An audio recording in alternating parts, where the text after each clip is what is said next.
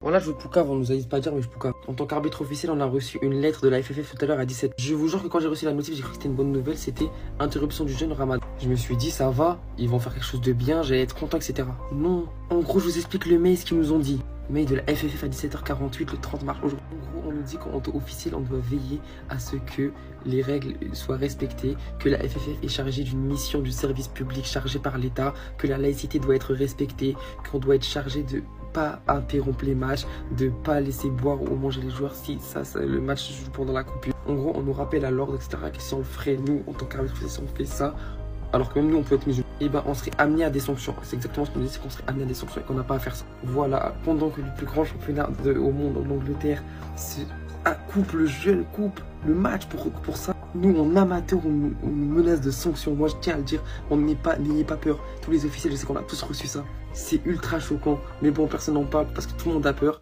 Mais vas-y, bref. On n'évoluera jamais. Les pays avancent, nous on recule. Bref, on se pète la mine, je voulais juste vous tenir informé de ça. Et force ceux qui font le ramadan pendant qu'ils jouent au foot, surtout du coup, à ces heures-là, en espérant que les arbitres soient quand même cléments.